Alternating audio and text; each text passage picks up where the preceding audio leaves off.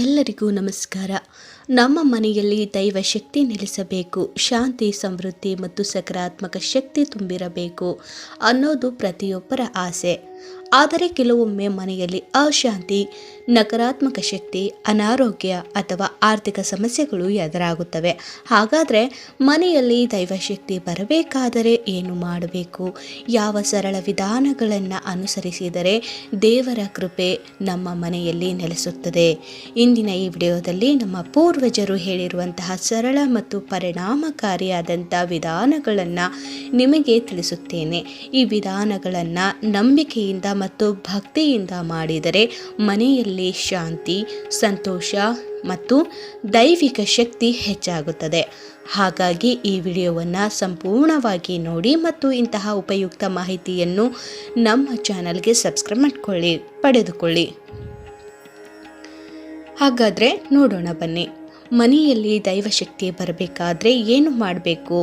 ಇಂದಿನ ಈ ವಿಡಿಯೋದಲ್ಲಿ ಬಹಳ ಸರಳವಾದ ವಿಧಾನಗಳನ್ನು ಮತ್ತು ಪರಿಣಾಮಕಾರಿಯಾದಂಥ ವಿಧಾನಗಳನ್ನು ನಾನು ನಿನಗೆ ತಿಳಿಸ್ಕೊಡ್ತಾ ಇದ್ದೀವಿ. ಸಂಪೂರ್ಣವಾಗಿ ನೋಡುತ್ತಾ ಬನ್ನಿ. ಮೊದಲನೆಯದಾಗಿ ಮನೆಯನ್ನು ಸ್ವಚ್ಛವಾಗಿ ಇಡುವುದು. ದೇವರು ಸ್ವಚ್ಛವಾದ ಸ್ಥಳದಲ್ಲಿ ನೆಲೆಸುತ್ತಾರೆ ಎಂದು ನಮ್ಮ ಹಿರಿಯರು ಹೇಳುತ್ತಾರೆ. ಆದ್ದರಿಂದ ಪ್ರತಿದಿನ ಮನೆಯನ್ನು ಸ್ವಚ್ಛಗೊಳಿಸಿ.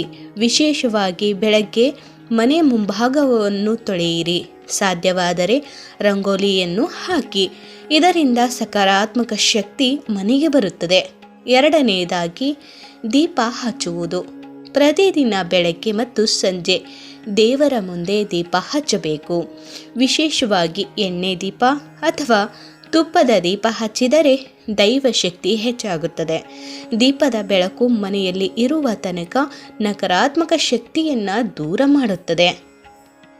ಮೂರನೆಯದಾಗಿ ದೇವರ ನಾಮಸ್ಮರಣೆ. ಪ್ರತಿದಿನ ದೇವರ ಹೆಸರು ಜಪಿಸುವುದು, ಮಂತ್ರ ಹೇಳುವುದು ಅಥವಾ ಭಜನೆ ಕೇಳುವುದು ತುಂಬ ಒಳ್ಳೆಯದು. ಉದಾಹರಣೆಗೆ ಓಂ ನಮಃ ಶಿವಾಯ, ಓಂ ಶ್ರೀ ಗಣೇಶಾಯ ನಮಃ ಎಂದು ಹೇಳಬಹುದು. ಇದರಿಂದ ಮನಸ್ಸಿಗೆ ಶಾಂತಿ ಬರುತ್ತದೆ ಮತ್ತು ದೈವಶಕ್ತಿ ಮನೆಗೆ ಬರುತ್ತದೆ. ನಾಲ್ಕನೆಯದಾಗಿ ಅಗರಬತ್ತಿ ಅಥವಾ ಧೂಪ ಹಚ್ಚುವುದು.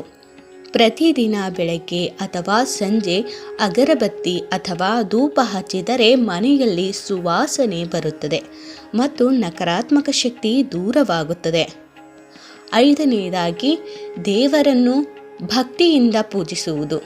ಪ್ರತಿದಿನ ದೇವರಿಗೆ ಹೂವು ಅರ್ಪಿಸಿ ನಮಸ್ಕಾರ ಮಾಡಿ. ಭಕ್ತಿ ಮತ್ತು ನಂಬಿಕೆ ಇದ್ದರೆ ದೇವರ ಕೃಪೆ ಖಂಡಿತವಾಗಿ ದೊರೆಯುತ್ತದೆ. ಆರನೆಯದಾಗಿ ಒಳ್ಳೆಯ ಮಾತು ಮತ್ತು ಒಳ್ಳೆಯ ಕೆಲಸ. ಮನೆಯಲ್ಲಿ ಜಗಳ ಮಾಡಬಾರದು, ಕೆಟ್ಟ ಮಾತು ಆಡಬಾರದು, ಎಲ್ಲರ ಜೊತೆ ಪ್ರೀತಿಯಿಂದ ವರ್ತಿಸಬೇಕು. ಇದರಿಂದ ಮನೆಯಲ್ಲಿ ಸಕಾರಾತ್ಮಕ ಶಕ್ತಿ ಹೆಚ್ಚಾಗುತ್ತದೆ.